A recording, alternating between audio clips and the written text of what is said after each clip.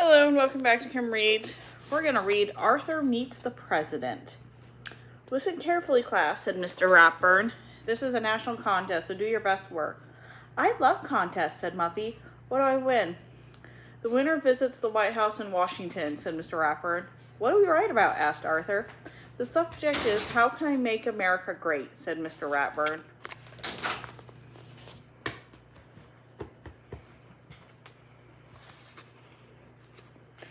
Everyone started writing. Arthur started thinking. He thought about the time he and D.W. helped old Mrs. Tibble in her yard. He thought about how much more they could do in the neighborhood if the whole class helped. Then he began to write.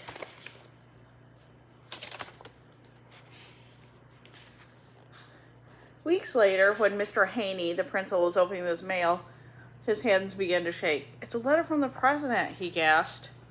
Miss Tingley, the secretary, fainted. Prunella, who was in the office with a stomachache, suddenly got better. "Open it!" she shouted.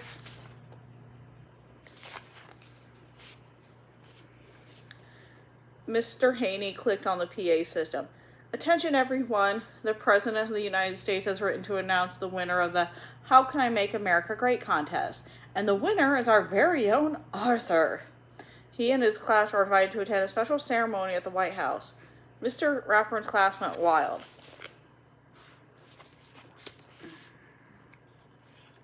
"Congratulations, Arthur," said Mr. Ratburn. "You'll have to work hard to memorize your paper so you can recite it to the president next Wednesday."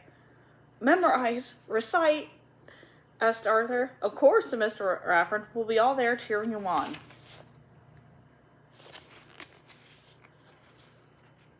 "You're on TV," screamed D.W. when Arthur got home. "Listen. He will recite his winning essay to the president and all of America," the announcer was saying. "I feel sick," said Arthur. "Not as sick as you'll be feeling when you're giving your speech," said D.W.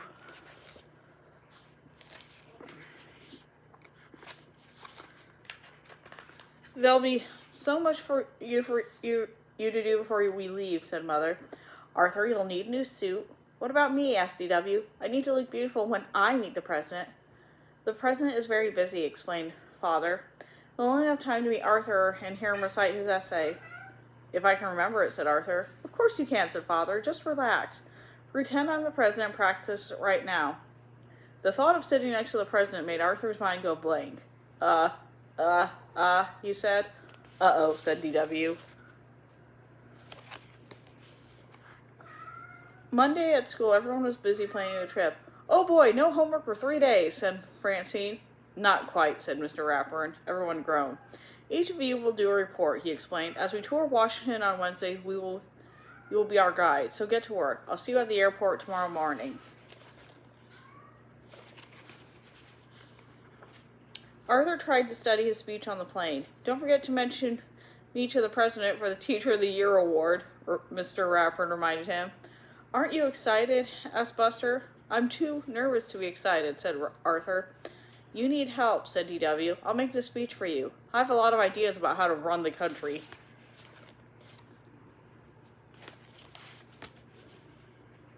The night at the hotel, Arthur was too worried to sleep. "What in the world are you doing?" asked Father. "What if I forget my speech and the president laughs at me?" Arthur asked.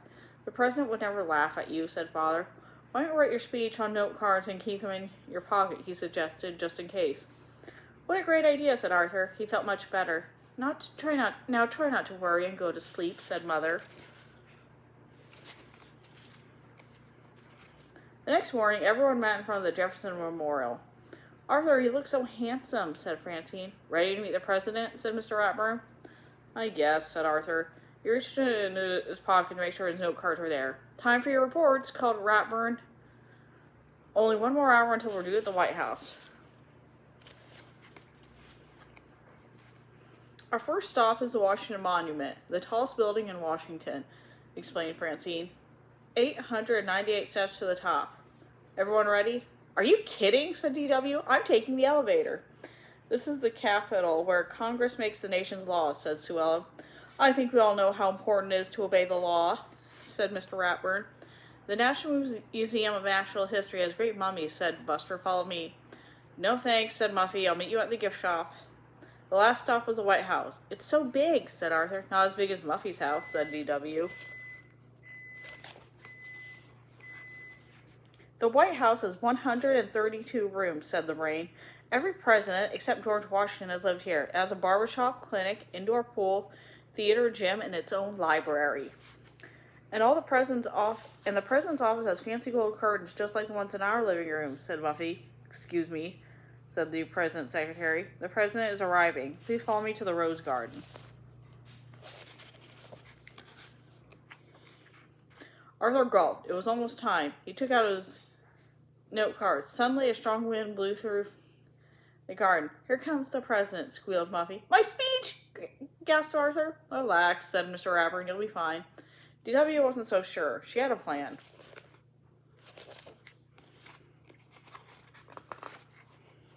Arthur had never seen so many important-looking people before.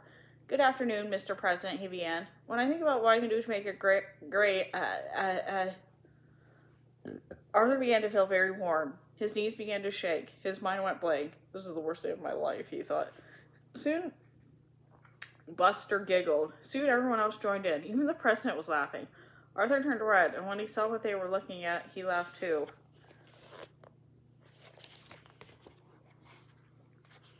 Now, Arthur felt much better. He recited the whole speech without forgetting a word.